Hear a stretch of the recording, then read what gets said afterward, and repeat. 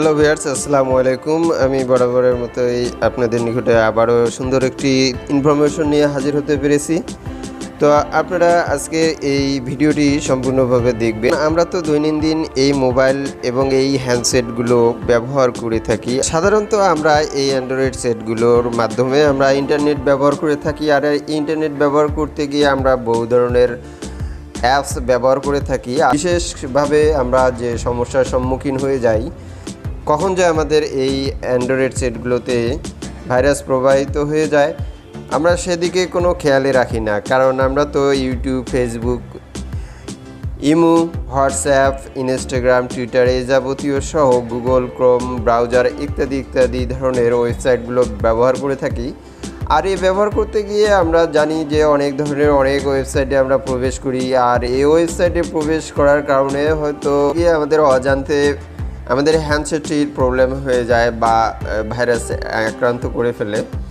তবে আমরা কিভাবে বুঝবো আমাদের এই হ্যান্ডসেটটিকে ভাইরাস আক্রান্ত করেছে? দেখুন, আমি প্রধানত কয়েকটি কারণ উল্লেখ করে বলবো। আমরা ম্যাক্সিমামে অনেকেই যে কাজটা করে থাকি সেটি হচ্ছে যে আমাদের হ্যান্ডসেটটাকে আমরা সাধারণত অ্যান্টিভাইরাস ব্যবহার করি না। আর যারা অ্যান্টিভাইরাস ব্যবহার করি তারা হয়তো গুগল প্লে স্টোর থেকে যে কোনো ধরনের একটি যেটি আমাদের ইচ্ছা মতো ভালো লাগে এমন একটি অ্যাপস আমরা ব্যবহার করে থাকি। যে প্রায় 80 থেকে 90% লোকেই কিন্তু তার এই হ্যান্ডসেটে ভাইরাস চেক দিচ্ছে না, যার কারণে এই সমস্ত সমস্যার সম্মুখীন হতে হয়, যার ফলে তারা হয়তো কোনো টেকনিশিয়ানের কাছে যেতে বাধ্য হয়। তো দেখুন, প্রতিটি জিনিসের যেমন নিয়মকানুন রয়েছে, আমি আজকে এই ভিডিওর মাধ্যমে আপনাদেরকে বাস্তবে প্রমাণ দেখিয়ে দিব কিভাবে আপনারা এই হ্যান্ডসেটটিকে সুরক্ষিতভাবে চালাবেন। বন্ধুরা, এই চ্যানেলে নতুন ভিডিও পেতে আপনারা এই সাবস্ক্রাইব বাটনে ক্লিক করুন, এরপর পুনরায় ক্লিক করে অল বাটন বাজিয়ে রাখুন। তো যদি আপনারা দেখেন যে আপনাদের হ্যান্ডসেটগুলো বেশ দীর্ঘদিন ধরে আপনি অ্যান্টিভাইরাস দিচ্ছেন না, অথবা অ্যান্টিভাইরাস অ্যাপস আছে কিন্তু আপনি এটিকে ব্যবহার করছেন না, এবং যদিও বা ব্যবহার করছেন সেটি কি পরিমাণে এই অ্যান্টিভাইরাস হতে পারে, কতটুকু কার্যকারী ধারণ ক্ষমতা ওই অ্যাপসের হতে পারে সে সম্পর্কে হয়তো আমরা জানি না। আপনাদের হ্যান্ডসেটে যদি এই ধরনের কোনো সমস্যার সম্মুখীন হয় তাহলে আপনারা প্রধানত যে কাজটি করবেন, তো আমি আপনাদেরকে দেখিয়ে দিচ্ছি যে দেখুন, এখানে 8.28 ভালোভাবে মনে রাখবেন এই পয়েন্টটি। কারণ আমরা আসলে অনেক সময় দেখি যে আমাদের হ্যান্ডসেটটি ফুল হয়ে গেছে, সেট হ্যাং করছে, ব্যাটারি চার্জ কম থাকতেছে, আপনাদের কমান্ড ঠিকমতো হচ্ছে না, মেমোরি ফুল দেখাচ্ছে। এই যাবতীয় যদি কোনো প্রবলেম হয় তাহলে আপনারা সর্বপ্রথম যে কাজটি করবেন সেটি হচ্ছে যে আপনাদের হ্যান্ডসেটের এই সেটিংস অপশনটিতে প্রবেশ করবেন। এই সেটিংসে প্রবেশ করার পরে কারো সেটে অ্যাপ অথবা অ্যাপ্লিকেশন নামে একটি অপশন দেখতে পাবেন। আমি নিচের দিকে গেলে আমি এখানে দেখতে পাচ্ছি যে এখানে অ্যাপস অ্যান্ড পারমিশন নামে একটি অপশন রয়েছে।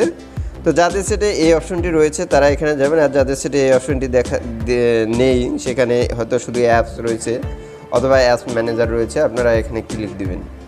তো ক্লিক দেওয়ার পরে আপনারা দেখতে পাচ্ছেন এখানে অ্যাপ ম্যানেজার রয়েছে। অ্যাপ ম্যানেজারের অপশনটিতে ক্লিক দিবেন। ক্লিক দিলে আপনার হ্যান্ডসেটে যতগুলো আপনি অ্যাপস ব্যবহার করছেন এই অ্যাপসগুলো এখানে শো করবে।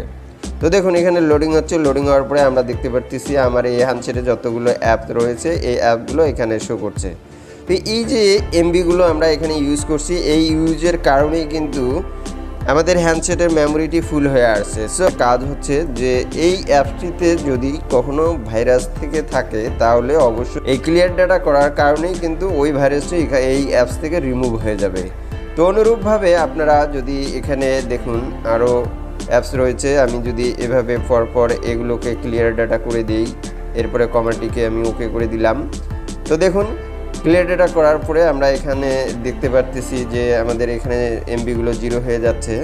তো এভাবে আমরা যদি এই হ্যান্ডসেটে যেগুলো বিগ এমবি, দেখুন এখানে 147, আমি যদি এটাকেও আমি ক্লিয়ার ডেটা করে দিই তাহলে একদিকে সুবিধা হচ্ছে যে অ্যাপটি আপনি এখানে ব্যবহার করছেন সেই অ্যাপে যদি কখনো কোনো সময় ভাইরাস থেকে থাকে তাহলে ওই ভাইরাসটি কিন্তু দূর হয়ে যাবে। ক্লিয়ার ডাটা করার কারণে আমি যে অ্যাপসটি ব্যবহার করতেছি সে অ্যাপসটি কিন্তু একদম পরিষ্কারভাবে নতুনভাবে আমি কিন্তু আবারও ইউজ করতে পারবো।